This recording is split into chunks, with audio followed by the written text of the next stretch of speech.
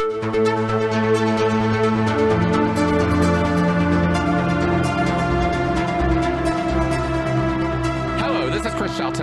critical thinker at large, coming at you for another episode of the Sensibly Speaking podcast. Hey, everybody. Welcome to the show.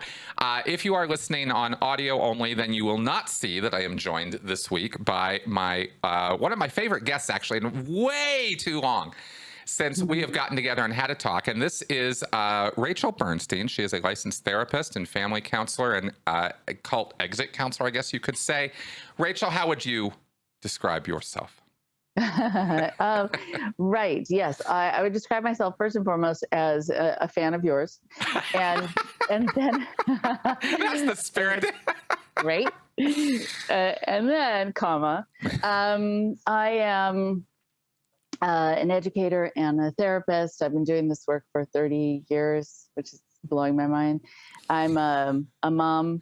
I'm a dog mom also, and in that way just am someone who has needed to address emotions and needs from a lot of different angles and for a lot of different kinds of people, and yes, I do participate in some interventions that are exit counselings that are of course non-forcible because they're legal. There you have it.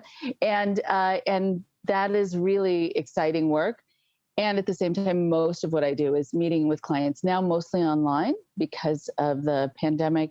And I also have a bi-weekly former cult member support group and then my weekly podcast. So I have a lot of free time. Yes, you are on it and living the life of Riley. Yeah, Rachel is actually quite awesome, and she literally is one of my favorite people. So just so all y'all know that. And we've done a number of podcasts together. In fact, I've got a playlist on my channel of the shows that Rachel and I have done. So you guys can check that out because we have done a lot of content together talking about getting over a cult, why people get into cults, how to talk to people who are in cults, what draws people into them in the first place. We have covered a lot of territory, and Rachel is well experienced in this field. So I highly recommend checking those out. This week, we are starting what's probably going to be a multi-episodes, effort where we're going to talk about what are those emotional needs that I'm always going on about. When I talk about cults and people getting involved in them, I've tried to reduce it down to a simplicity of, look, people have emotional needs and those needs need to be met. And yet even there, I have found that is not enough. That doesn't communicate enough because some people are not even aware of the fact that they have emotional needs or that emotion is a thing that rules their thinking. Emotions to me, after studying this as little as I have, there's a lot more I could do with this. But for me, I talk about emotions as thoughts that your whole body experiences. Nice. Because it's happening in the same place. But you feel it in your stomach, you feel it in your toes, you fall in love, you feel light and airy. It's this big emotional experience that's not just the same kind of emotional experience or thought process, rather, as what should I have for dinner? Or, should I buy this milk or this milk, cost ratio wise. That's not an intense emotional experience. Emotions are where your whole body is involved. And so, and that can be quite powerful. That can be quite motivating, good and bad. When you're experiencing terror and fear, you're clamped up, you're tense, your stomach's doing flippy floppies, your brain's on fire, you're sweating, your hair's on end. I mean, your whole body is in it. On the other hand, when you're in love or happy or euphoric, same thing. But everything's loosened up and you couldn't be skipping to higher, and everything is wonderful. So emotions are not just the same thing as thoughts, but they are powerful motivators. And I wanted to dig into this and see, well, why? What is this all about? And I believe it has to do with meeting our needs, getting along, surviving, getting through life. And so I wanted to consult with a professional on this matter, somebody who's actually helped people navigate the difficulties of emotional fervor and getting over, these past experiences of intense euphoria that we have in cults and relationships.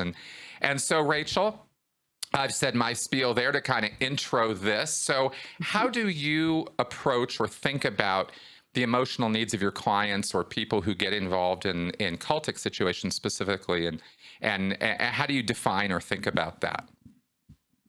Right. So what's so interesting about this is it is so multi-layered. I'm just taking notes as I'm talking. Just doing that. Here we go. Right. You and I both, I'm sure, like always with a piece of, right. Exactly. Right. Okay. Thank you. Right. Exactly. I find it very interesting to kind of introduce people to their emotions and to say, like you're saying, the things you're describing, the heart racing, the butterflies in your stomach, the nausea, whatever it is, the tightening of your jaw, your shoulders, to let them know that there is a source for that, which doesn't mean that it necessarily leaves you with kind of a clear-cut answer about what's causing it, but at least let's try to figure out what we can call it. And then let's try to work back and see when you started having some of these symptoms and what you think is creating it. One of the difficult things, as you're talking about, is that so much of what you described physiologically just now is adrenaline. And adrenaline and having this sort of, cortical response to things, it can be caused by panic, and it can be also caused by excitement. And so you want to be able to figure out what the source is and also what you're feeling.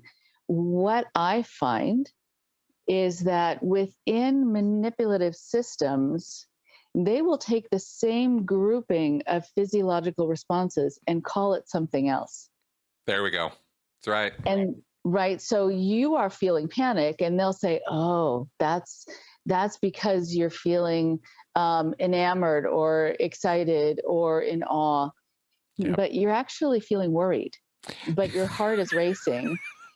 And it's trying to guide you, but it's being relabeled in a positive sense by the people in the group. The other thing that happens is the opposite, which is, and this is all about sort of the detachment from the self that happens when you get involved in these groups, that you might be actually feeling kind of okay, and they will decide that you're not okay. And then, of course, they have the solution for that thing that suddenly they're telling you is a problem that you're having. That really isn't a problem. But it's if all you have is a hammer, everything has to be a nail, right? They have the hammer. So they have to figure out where that nail is, like where the issue is. And if you really don't have it, they will decide that you in fact were abused as a child, and here's the proof that they can come up with, and here's the solution they have for you that no one else has for you. So I do think a lot of people get involved in cultic groups because of emotions that they're having, and we can talk about what those emotions are and more clearly define them. But being able to hold to the truth of them is very hard when you go into a manipulative situation, because they will be turned into something negative or turned into something positive, whatever works for the group. Well, that's exactly right. And I'd love to give an example here from my experience of exactly what you're talking about here in this terms of this redefining or telling you, you're experiencing one thing and you tend to think about it in a particular way because of how how you've experienced it before. But then the cult tells you, oh, no, that's actually this whole other thing. And an example of that is when David Miscavige would come around. When I was in Scientology in the Sea Org, David Miscavige is the leader. And he is somebody who can look at you and say, you're busted, off you go to the RPF, or off you go to the prison camp, or off you go to whatever. He can do that. He has that authority. And we know that. We knew that, well aware of that fact. To the point that there had been stories and rumors, that you would hear always framed in a great light about how he was taking out the trash, taking care of business by getting rid of the dead wood or offloading people or sending people off to some punishment. And the story was always framed in such a way that the person totally deserved it, right? But then you're aware of all your shortcomings and all the things you're not getting done because you're in an environment where you can never be on top of things and you can never get everything done. And now the top of the top is coming around to inspect your area. And he would do this from time to time. He'd come around to the bases and walk around and talk to people and check things out. And we were absolutely terrified. I was able to think, after I got out of that situation, I realized that all the feelings, all the sensations and emotions I was experiencing were best described as absolute terror. I was completely losing my mind every time he was on base. I couldn't think of anything else. I'd break out into cold sweat. Like everything would be freaking out. And this was called respect. Oh, wow. Yeah. That is a perfect example. Oh my goodness. Respect. Yes. This was called not terror. No. But no, we would never, ever tell another Sea Org member we are in terror of David Miscavige coming around to talk to us. He is the holiest of holies, right? He's like the top dog. We are not supposed to be afraid of him, and yet everyone was terrified of this guy. The people who would dish out the punishments to us on a daily basis, the RTC people, the CMO people, the top people, you don't have to get into all the abbreviations, but the top people would run if they knew he needed something from them. They were running across the base, not walking, right? I mean, if the slightest whim, and his wish was everybody's command. So you would see this and you'd go, oh, well, there must be a good reason why all these people are, and it must be because they respect him so much. Like, this is how you would talk about it, is, oh, he's the holy. We wouldn't say the holiest of holies. We wouldn't even make jokes. It was just, oh, David Miscavige, he's so awesome. He's so awe-inspiring. I respect him so much. But what you're actually feeling is complete terror, right? You're scared out of your mind that this guy's going to look at you, start talking to you. And this wasn't just me. I observed this behavior a number of times with a number of people. So the reframe there is powerful, because it really does get you telling yourself that what you're experiencing is not what you're experiencing. You're experiencing something else entirely. And this was, we were aided in this by the fact that in Scientology, if you ever think a critical thought, a nasty thought, a horrible thought about somebody else, including David Miscavige, it is 100% proof positive that you have, you've sinned, you've done something, some criminal act that is worthy of contempt. So, so you would run that on yourself, well, I can't be in terror. I can't be afraid of him. I can't be, because it simply was not allowed that be, that's not an acceptable thing to think about David Miscavige. You can't be afraid of him. It's reminding me of a conversation we had that was recorded where you talked about the RPF, where you said that in that environment, you learn to gaslight yourself. Yes. There you go. And it's so interesting. It's so debilitating and confusing. And especially even with no one around, you've learned to integrate that kind of thinking. It's so difficult too in those moments when you look at it from an outsider, because you see that what's happening there is that a whole system has been developed to protect the perpetrator. Right. Exactly. So he can get away with this, and it can be seen as respect. It's like someone who abuses someone else physically, sexually, but calls it love. I do this because I love you. Well, I was going to ask, are there parallels you've seen, like when you do family or couples therapy or ex-cult therapy?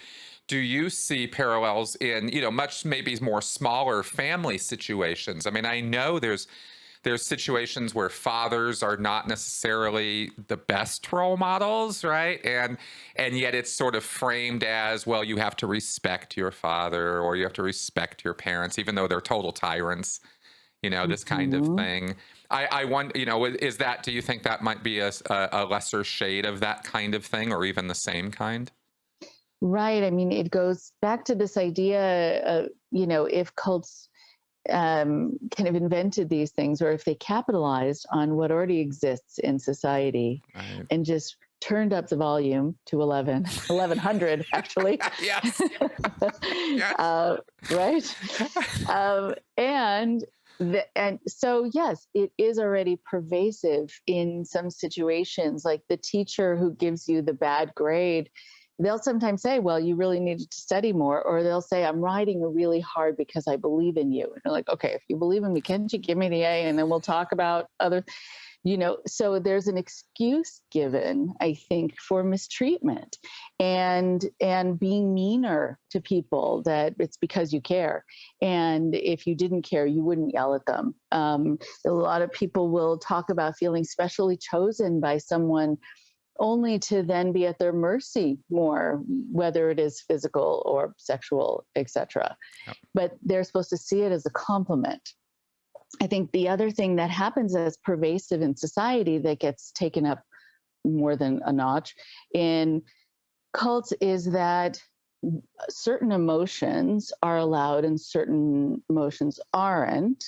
So if you are positive, if you're feeling respectful, if you're happy, great. If you're feeling terror, if you're feeling angry, all these are seen as overreactions or weaknesses, or that you're playing the victim card. Yeah. So no one has to take you seriously at all, which is so hard. And when you realize after a while that your emotions actually don't matter, then I think you stop having them register as much.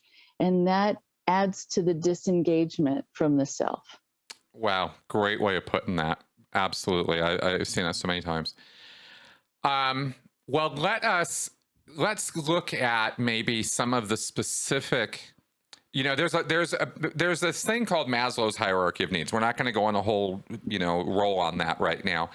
But from that has come, that was actually work that was done. I didn't realize until I was doing a little bit of research for our talk today that was actually decades ago. I mean, that was like 60, 70, 80 years ago that Maslow was actually coming up with that. And the other thing I learned that was fun on that one was it was never a pyramid. That came later. The pyramid idea was not his original work. That somebody else put it that way.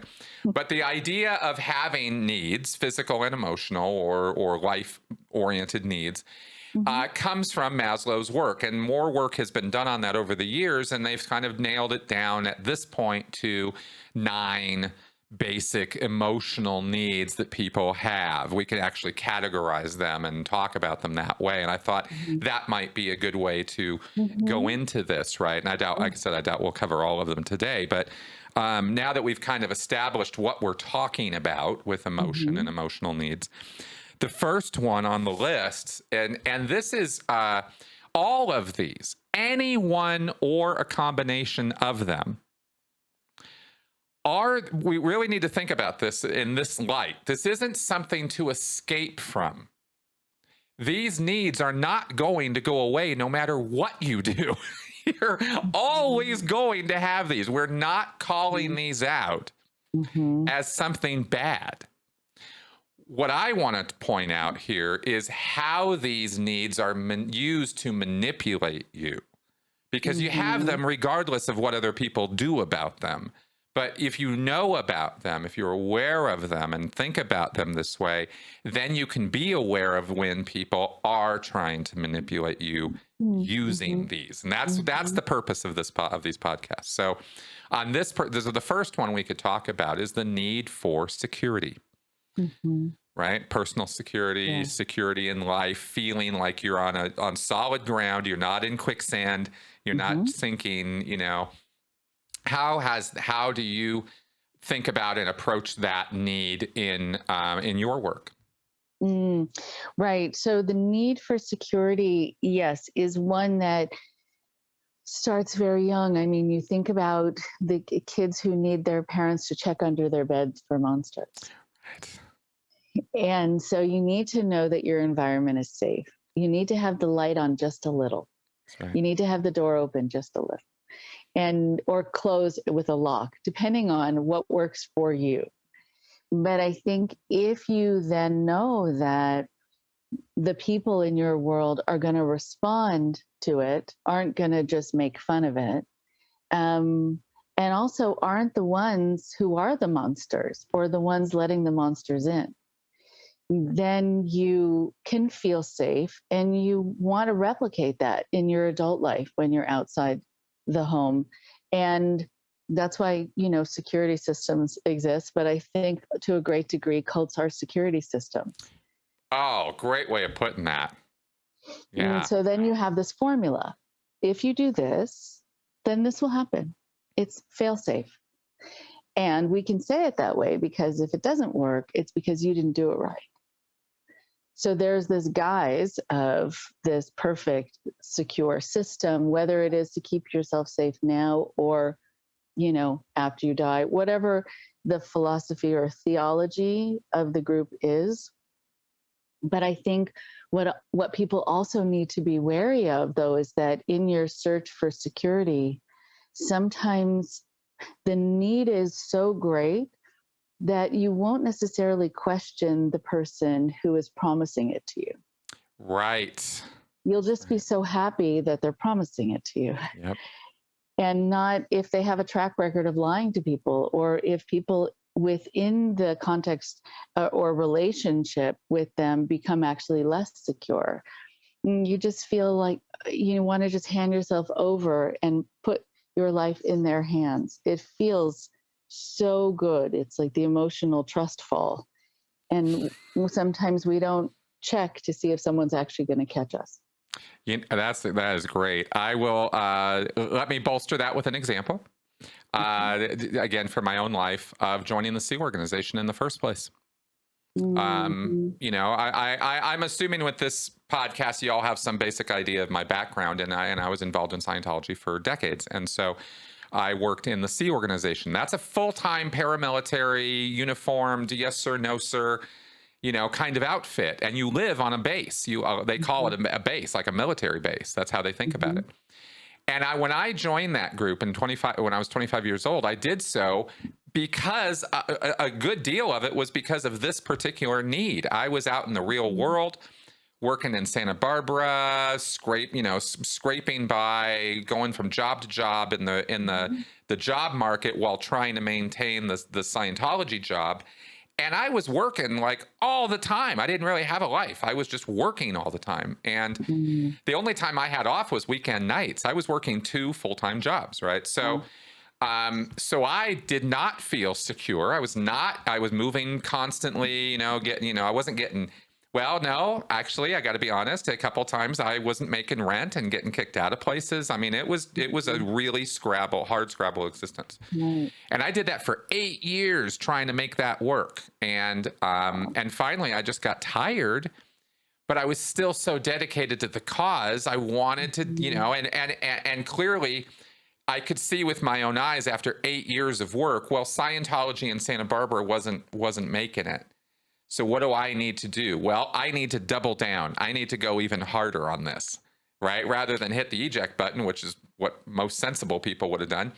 I didn't do that. I was like, no, this works. It's absolutely true, and I need to show it, right? So I joined the Sea Org, and I moved down to Los Angeles, became part of a Sea Org base, full-time 24/7 operation, and I gave even more of myself over. And I did it partly because of this exact need. The environment was not safe. The environment was, the world was full of dangerous people who were very screwed up, according to L. Ron Hubbard. I believe that. I always felt separate from everybody else because of that. So why not go be with my own by joining the Sea Org, right? And having that security. I'll have a place to live. I'll have food in my belly. I'll have clothes on my back, guaranteed. All of these things will happen. So what more security? Then I can just focus on getting the Scientology done. And that was part of the impetus for that, big part of that. So there's a real world example for you of how security can be manipulated. Because of course I did that because I was told it would be this great thing, it'd be this wonderful experience. You get there and about a week in, you're like, holy shit, this is not at all what I thought it was going to be. And then you have to do the sort out and resolve the dissonance, right? And go, well, okay, well, here we go. I'm sure it's all my fault, and I'm sure it's all on me, and I just need to get my shit together, and then everything will be perfect. And you just keep telling yourself that for years and years and years until it finally comes home to you. It ain't them. It's not you. It's them. You got to get out of this, But it took me way too long to realize that.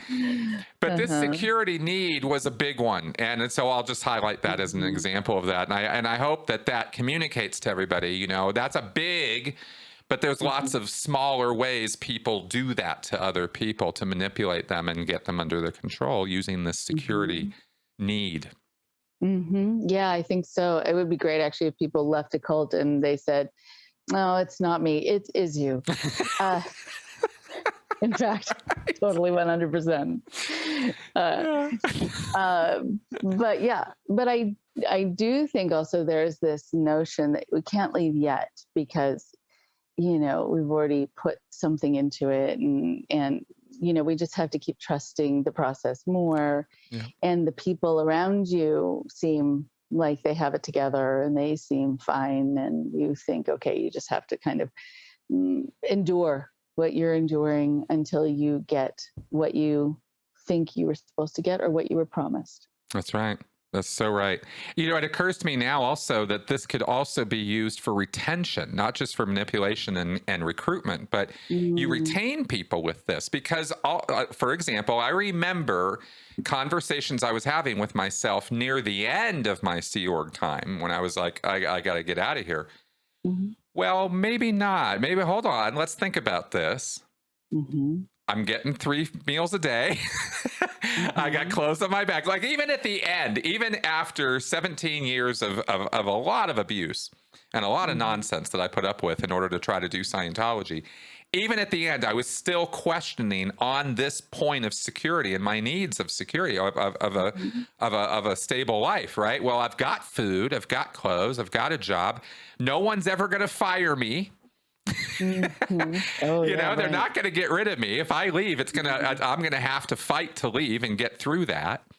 So do I really want to do that? And I had to really think about that for a while. My leaving Scientology was not, or the Sea Org was not an overnight decision. It was well considered. And this was one of the needs that I was really stuck on. And I bring this up, not just because of me. If you're trying to get somebody out of a cult or talking to somebody who's in a situation like that, you need to be cognizant of this because one of the reasons they'll stay is they know it's abusive. They know it's bad for them, but it fulfills this need. It gives them security. It gives them a sense of place and location and food, and those needs will be met. So something to think about when you're interacting with people in these situations, I guess. Right. And I think you also touched on something so interesting about how L. Ron Hubbard would talk about other people in the world. So when you want people to feel they have to stay in order to be safe, you have to make the outside world a very scary place. Yeah. And you have to make every alliance outside also a threat. And so as soon as you leave this place that is now being created in your mind as this nest or cocoon, a safe oasis, then you're going to be then eventually too fearful of leaving because you're going to have the what ifs. And what if they're right? And I just left something to go to something worse. Well, it could be better, but what if they're right? Exactly. And you just don't want to take the chance.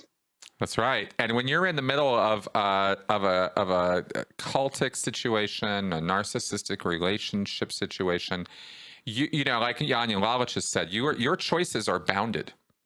You know, you are locked into certain choices you can make, and you really have to go off the reservation to consider making other choices than those that you've been limited to. And that is hard to do, specifically for these reasons of these emotions. Right. And I think it's important to say that, I guess, by and large, from what I've seen and probably from what you've seen, people's lives get a lot better once they leave. Oh, And they're sort of pleasantly surprised by how nice people are and how willing to help and honest they are. Look that's at right. that. Total opposite of what they were warned against. Exactly. Yeah, no, it's all done on purpose. It's that whole us versus them. You have to make the outside world the dangerous, horrible, awful place so that you'll stay inside the little soft cocoon of security that you have created for yourself with this wonderful group who would never hurt you. Yes. Yes. All right. Well, let's see if we can get into another one here, because there is another very interesting one on the list, which is the need for autonomy and a sense of control of your life. Mm-hmm. Right? We all have this. There's Right. not a single person who doesn't want this. Right. Yeah. How does that Right. manifest, right? Yeah. Okay. So this is really, this is one of the more ironic ones when we talk about these situations, right? Right. Even just the word choice, right? That people feel like they were choosing to stay. They were choosing to stay in their abusive relationship. They were choosing to stay in their cultic group. And no, usually not. I don't think they realize how much their hands have been tied behind their backs. But over and over, they're told, well, but it's your choice. I mean, but you can go into the, fires of hell, or you can stay here, but it's your choice. Exactly. Right? Okay, Exactly. great. That's an easy one. And so, I think that the, autonomy is something you forfeit without your consent right away. Control also forfeit without your consent. I think you have the feeling that you have control because, again, I think you keep being told that you're choosing this. And also sometimes people are given roles within a group that give them a sense of control, and that they have some power, but it's still all within kind of like the jail cell of the group that they're in. Exactly. Exactly. It's that bounded choice thing again. This is actually really hard to grapple with. The deep need for control or for autonomy, for the feeling that you are the one making the choices of your life. It's hard to really get your wits around this one because it can manifest itself in ways that look absolutely insane.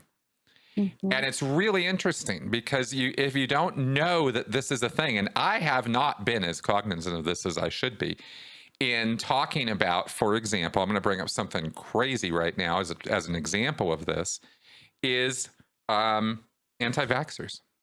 Mm-hmm. Right now, this is not an ideological approach here I'm talking about psychologically. I am saying that they, like everybody else, have a need to feel in control and that they are the ones who are making their choices. And I didn't appreciate until this pandemic and the responses to this vaccine thing, just how powerful this need is, because it will override anything. As long as a person feels they're in the driver's seat, even if they're making choices that you go, that's crazy, that's not the point. It was never the point. It was about the fact that they have to feel that they have a choice. Mm-hmm. And when you are mandating things, you're taking choices away from people and they lose their mind. And I'm not commenting on the rightness or wrongness of their choices. I'm commenting on the fact that they have to feel that they have choices. And that is so important to people that they will make the quote unquote wrong choice, the anti-social choice, the choice that goes against everybody else, just to show that they have a choice. Mm-hmm. Right, exactly. And yes, it is vital for human beings to exercise that potential, to see if they have it, to see if they have some say over the decisions in their lives. And you could see with anti-vaxxers, and again, not making a statement about the validity of arguments in either direction, but in the language that's used when these issues are talked about, because it went quickly off of the language of medicine and onto the language of freedoms. Yes. Yes, that's what I'm talking about. That's right. Yeah. And so then that is the trigger switch. That's the thing that really gets people. And then I think they go at times too far afield in any situation where they feel like their ability to make decisions for themselves and have that sense of agency and autonomy is being taken away.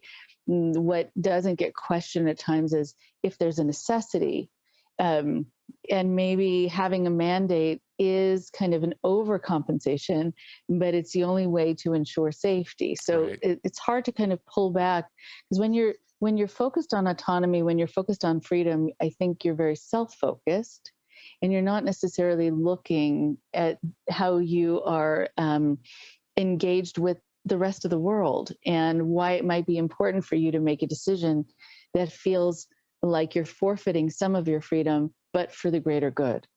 Exactly. This is actually a great way to show, actually, we could highlight this here, that different needs take different precedents at different times, Mm-hmm. right? Mm-hmm. We all have these 9 things, but we're going to stress one over the other depending on the context of our lives at that moment. What we feel, is the ragingly important thing.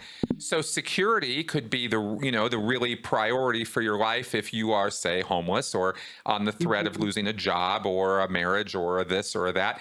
Suddenly security could become a really big deal to you.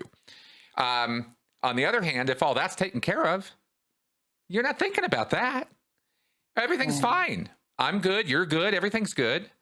But how dare you try to force this choice on me? Now suddenly autonomy becomes the priority for you and your emotional needs. So this is a bit of a balls in the air kind of a thing. It's not that they're all equal at all times or that you think about them equally at all times. And maybe another example, let me ask you about what you think of this one is, what do you think about teenagers on this one? With the mandates or freedoms? No, or with the autonomy need, right? With the feeling of needing to be in control, right? Yeah. So there you're you're dealing with this very intense conflict between the need for freedom and the lack of a fully developed brain. Exactly. Okay. Not their fault. Correct. Okay. They still have a few more years to go.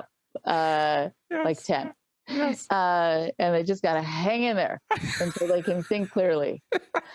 Because that's when you have the people who will, let's say, go to a party, have something to drink, and drive, and say, well, a lot of people, I remember friends of mine saying, I drive a lot better when I'm stoned. Like, no, you just think you do because you're stoned. But the other thing is that people will say when they don't have, I think, kind of a way of looking at it in the greater picture, and it is so much about their rights. They might think that they could get behind a wheel having had something to drink and say, so if I'm in an accident, I'm in an accident, because they're thinking about it potentially being harmful to them. We might not want to get behind the wheel after we've had something to drink because we could kill somebody else. And so I think that it's just a different way of approaching this. I think, yes, teenagers do have a very kind of difficult conflict that comes out in a lot of emotion, because they really want to be able to have freedom, and they know that they are not quite capable. And it's really hard for them when they realize that, when they have to be rescued from their own decisions. That's right. That's right. It's a tumultuous time because,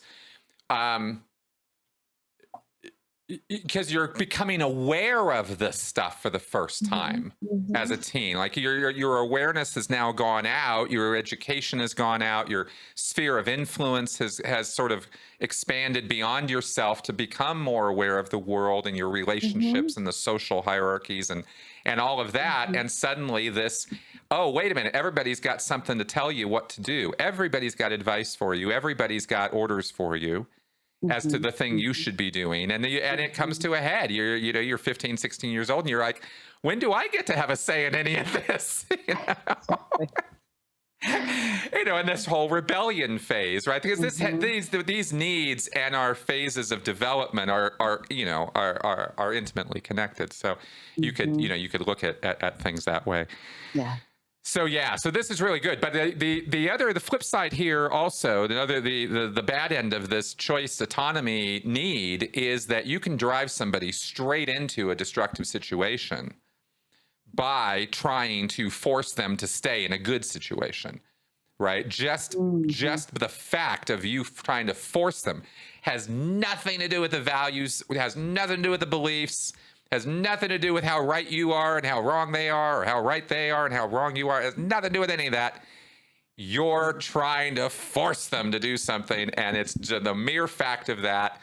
Nope, I'm not doing it. I don't care. And they will hold on to that, right? And that's something that starts around that time, as far as I could tell. Oh, it does. It does. It informs a lot of how I intervene too, how I did as a parent, and also how you do kind of when you're working with families or even with friends of yours who would come to you. And we can talk about that, and I think more fully another time, about how there is this dance. I see it as a slow dance, so that when you get into someone's face, when you're slow dancing, they have to move back. They move farther away from where you want them to be. Otherwise, you'll collide. Yep. And so what you have to figure out how to do while still caring is take that step backwards, sort of not be in their face, not be critical, give them that space to then be thinking safely and kind of come forward, but feel like they're doing that on their own terms in their own time. So there is an art to it. Exactly. So true. So very true. So what I want to do, folks out there, with this is I'm going to normally sometimes Rachel and I have had very long discussions and wonderful ones. But on this particular topic, and actually because I'm thinking about you guys, the audience out there, I don't want to pile all 9 points on in one episode. There's a lot to think about with this. And this is something that I think is really important. So what I want to do is we're gonna give these in little bite-sized bits. We're gonna do this one, and we're gonna wrap this one up on the first two, because I want to give you guys the opportunity to actually think about what we talked about and how it might apply in your world, in your life, with your relationships, both for yourself and for others. And, the good and the bad, the right and the wrong. Look at all ends of it. When we talk about autonomy, when we talk about security, what are these needs? How do they manifest in your existence? And how, knowing this now, are there ways you can use this information to make things better for yourself and for other people? That's the whole point. So on that note, I think we're gonna start wrapping up our show for this week. Rachel, I really, really, really want to thank you for being part of this. How much do you think, in your practice, what tools or what information is this the kind of information that you're utilizing on a routine basis in treating people? Right, I am. What's interesting about this, and I'm really glad that you are doing this as it's in bite-sized pieces, it gives people a chance to think about stories in their own lives, because this affects everyone in different ways. So I think for people out there to really say, oh, right, that's why that happened, and that reminds me of this. And it's good to try to understand it, not judge it, but understand it, as you're saying, as all basic human needs. And just knowing that there's some people who will capitalize on them, who will take advantage of them. It doesn't mean it's wrong to have them, right, but you need to be careful around that people are going to target them. And so then if you can kind of label it what it is, then I think you can protect it a little bit better. But yeah, I think that what I find in my work is that so many people are looking for things that they don't know are just normal. And they might think that they're weaknesses, or they might think that everyone else has got it together except for them, because everyone else is sort of faking it or seeming fine. Everyone deals with these things, everybody. And sometimes at a greater amount at different times in your life, when you've been through a hard time or you haven't been raised in a certain way that's helped guide you through these things in a healthy way, and you have to kind of learn it as you go, and just hope that you have good mentors and role models and connections throughout your life so that you can deal with these things in a healthy way. But yeah, I work with a lot of people to understand why it is that it's not bad to want autonomy, but it is something that people will kind of they'll say that you have. How do you know if you still have it? How do you know if you forfeited? What's the evidence around you? And also, you don't want to find yourself in a situation that kind of doles out little bits of autonomy and security based on how much you're devoted, based on how much you sacrifice. It shouldn't be based on anything. It shouldn't be a reward or punishment system. But that's what's set up within cultic groups. No one should hand you back your autonomy, because they shouldn't have taken it away to begin with. There we go. Beautiful. I actually I don't even want to try to put it better than that. That was great. I'm going to leave it right there, because that's exactly right. All I want to reiterate is please realize that the message of this is not that these are bad things. These are things you have to get rid of. You're never not going to have a need for security. So it's really a matter of, well, how do I, in the most healthy way possible for myself and my life, how do I manifest this? And that's the point here. So I hope we're helping. Thanks everybody for coming around and watching us, gabble on here, and we will see you guys again in a couple of weeks. And also, I want to plug Rachel's podcast. It's called Indoctrination, which I love. I love that title. Always loved it. Rachel, do you want to talk about at all where people can find you and your work? Sure. Yes, Indoctrination, capital I, capital N. It comes out every Wednesday, and if people are interested in listening to it, it's wherever people listen to podcasts. I also will provide clips, some video clips from it on YouTube, on my YouTube channel, which is named after me. I think what's also interesting, and I hope, for people out there, if they feel like it would be valuable for them to hear other people telling their stories, because it's not just about people being involved in cults, it's about people being in relationships that also tapped into some of those needs, emotional needs that we're going to be talking about, and took advantage of them, or took them, controlled them, took things away. Again, without people's knowledge or consent. And so I talk more about systems of control in a general sense. But yeah, if people also are interested in telling their story, they can be in touch with me through my email, bernsteinlmft@gmail.com, or indoctrinationshow@gmail.com. I'd love to hear from you. Beautiful. And I highly recommend reaching out to her if you have something to say, because Rachel is pretty awesome. And so is her show. So you guys can check that out. All right, guys. Thank you very much for coming around. I think we've got all of our end of the show plugs and everything in. So we will just wrap it up. I'll see you guys again next week. Bye-bye.